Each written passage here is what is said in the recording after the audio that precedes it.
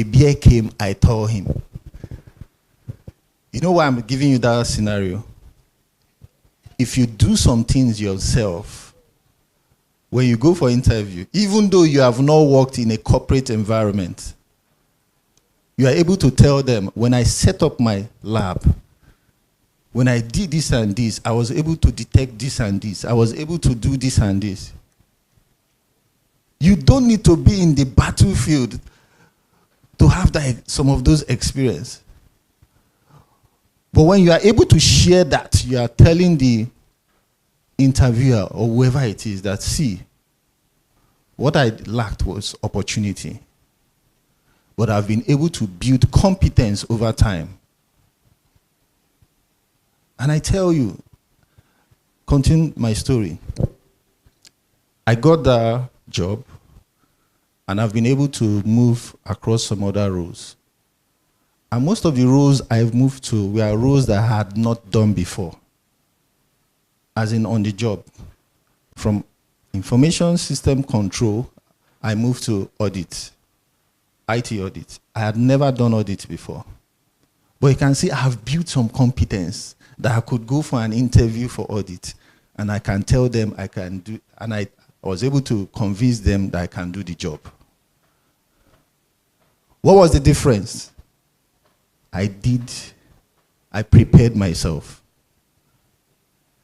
I did that job for a number of years before I got my first cybersecurity role. So you can see I had all those certifications, but I had never done a cybersecurity role. And I went for an interview for cybersecurity, and I was able to convince them. So it is not someone knows somebody, no. It was a consultant that did the interview. One of the big fours. So the bank outsourced it. So there is not, you cannot go there and play your way. I did the interview and I passed. What stood out again? Personal development. I have done some things that have helped me to get to that point. So wherever you are, don't look at it that, you give me opportunity to do this job. Start preparing yourself. Start preparing yourself. There are a lot of resources online. There are a lot from YouTube. Cybersecurity is the only, let me say, is a space where everybody wants you to succeed. There are several groups. They are sharing free resources, free videos, how to do this, everybody. There are several resources online teaching you how to do one thing or the other. So all you need is that discipline and passion to study. Discipline to learn something new. Next slide. I was going through the Slido question, and I saw some people asking which is the best cybersecurity path to follow. How do I get into cybersecurity and all that? That's why I felt that I think you guys need this session more than the AI session. You understand? So first of all, look at your person. If you are someone that is very curious, you like to know why things are the way they are. You like to fix things and all those things. You excel in this field. In the tech field, you're going to excel. Cybersecurity, you like to break things, you like to fix things, you're curious about why things work the way they are. You're going to excel. Those are the things that will let you know that you're on the right path. Your skills and ability, your existing strength, the job market demand. You see people going to school these days and they're reading some courses that you already know that when you come out, it's not going to be relevant.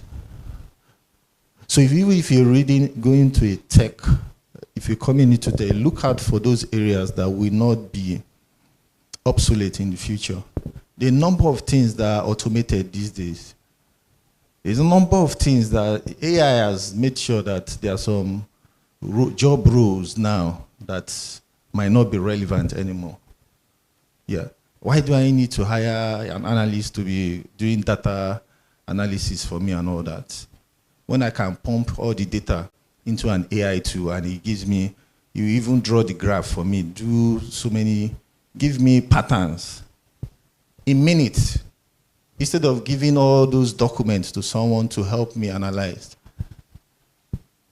All those interns in law firms, most of those things now, AI can do those things in seconds. So there are some rules. There are some rules that anyway AI cannot replace. We're going to we might look at that after this session, because it's supposed to be, to get the best, it's supposed to be human AI partnership. Yeah. That intuition, decision making still have to rest with humans. Yeah. But we'll get there. Then work-life balance. There was a time in my career, before where I am now, where every Christmas, December, Easter, you have to spend it in the office, because you have to do one or two things during that period. So sometimes, if you say, you like soft life and all that, tech, cybersecurity is not for you. Because you're working in an organization, anything can happen at any time. And you'll be summoned to come and fix it. There are several rules within that space that you have to be alert at every time. You are going for an occasion, you carry your laptop. You just keep it standby. Because anything can go wrong. So if you are not ready for that kind of life, it might not be suitable for you. But it's very, very important. I'm not trying to scare you. It's very interesting. See, I've not died now. Yeah. Next slide. I've been doing it for many years. I'm still alive. So building a good foundation, formal education, very good. Yeah. Not, like I mentioned earlier, it's not a silver bullet. Anybody can join the train. I've seen engineers that later went to read medicine and become doctors. Accountants that are wonderful engineers. You understand? People that read engineering are MDs of the bank. So it doesn't matter what you read in school. It's when you start recognizing where your passion lies, and you're disciplined to follow that, follow all the rigors that you need to get there. Formal education key, practical experience key, then portfolio development. For some of us that have been doing a lot of things, it's good to share them. Have a portfolio because these days nobody has the time to sit you down and start testing you on a lot of scenarios. Yeah, do this, can you hack this? Nobody has that time. So aside showing certification, hey, I have this certificate, for you to pass that exam, it means you can do all this. So I don't need to test you. Or you have a portfolio, maybe a GitHub account, or where someone can go and see everything that you've done. You need to start doing that. As you are learning, you start building your portfolios. Very, very important. Most of the job I got in the recent past, I did not apply for them. Somebody just checked me somewhere or saw me somewhere or checked my LinkedIn and called me for it. So you have to start building your portfolio as you're learning along the line. Very important. It's not like you are bragging. If they say you are bragging, brag. You need to tell people what you're doing, what you can do, so that opportunities will knock on your door. Very important. Then strategic job applications. Yeah, you need to go where things are happening. Next slide, please. Okay, so strategies for cybersecurity career success. Continuous learning. I think I've mentioned this earlier. Lifelong learning. You have to be a lifelong learner. Yeah, I have over about 30 certifications, yeah. Some of them are free, most of them are paid. But what does it tell you? I keep learning. You understand? I keep learning. I'm doing my 3rd degree, a master's in enterprise cybersecurity. I could always say that I don't want to learn anymore. I've already gotten to the pinnacle of my career. But that's not the pinnacle of my own career. Because I still want to do more. I still want to learn more. So you have to be a lifelong learner if you want to be in this field.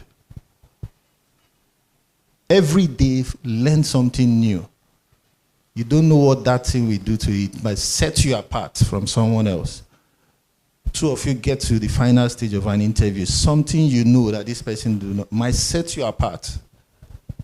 Continuous learning. Do not stop. Go for events like this, conferences like this, to charge you up. So you learn something new and set yourself apart. Professional networking, when you're in places like this, exchange contact. Some of you just go for events, you sit down and you leave. You did not make a friend, you did not. My first move from that first job I talked about, someone just called me that Ciso Bank is looking for an IT auditor. Are you interested? I did not even know he was a vendor in that organization. And he just called me that I had them saying they want to recruit for so and so role. And he called me. Because we've probably met somewhere, we've exchanged contacts, and he knows what I do. You understand? So when you get to occasion like that, you might be sitting with somebody that might change your life. So build quality network within your career space.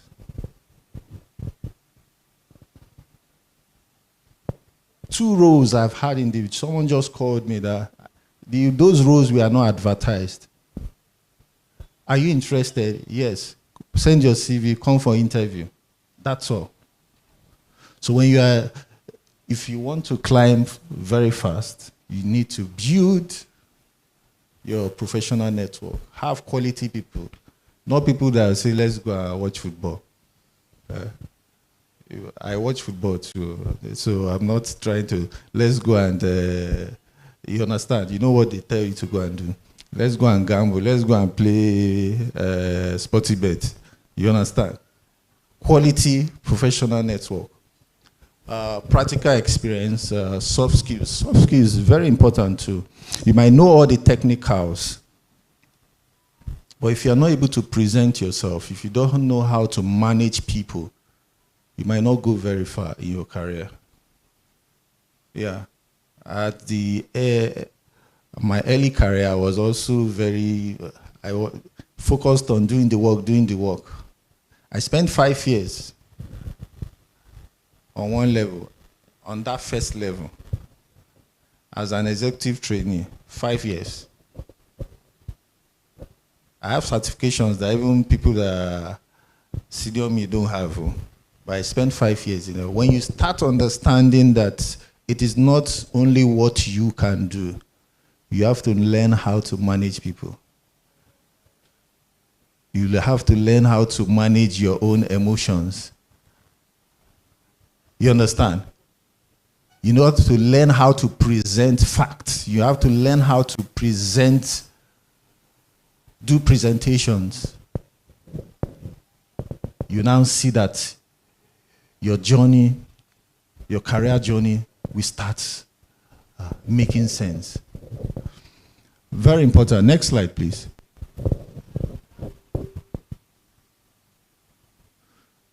So the reality, you see a lot of trainings these days. 3 months, you become a cybersecurity expert. This one, those things are just ginger. You can't be an expert in 3 months. It's not true. You understand?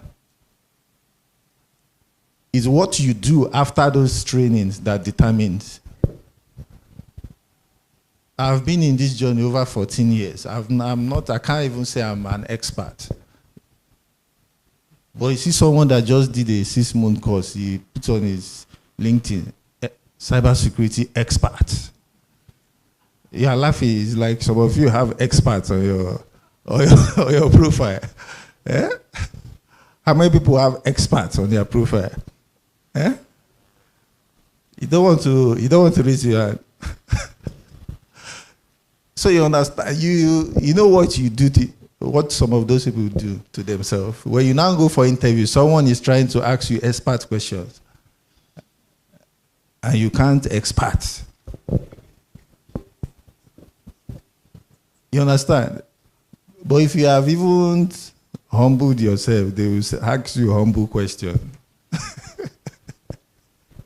But you've already told the person you are an expert. So please, some of those training, they are very good, but it's also good after the training, you do some personal development, some personal training. So go ahead. Next slide, please. So bridging the training employment gap. Practical scenario training, a lot of certification that even give you this. You understand? They are not theory based. You have to, the exams requires you to simulate labs, go through some rigorous labs. And I used to tell people, those are some of the exams you should take. You understand? I will share some of them in the later slides. All those exams that allows you to do some practical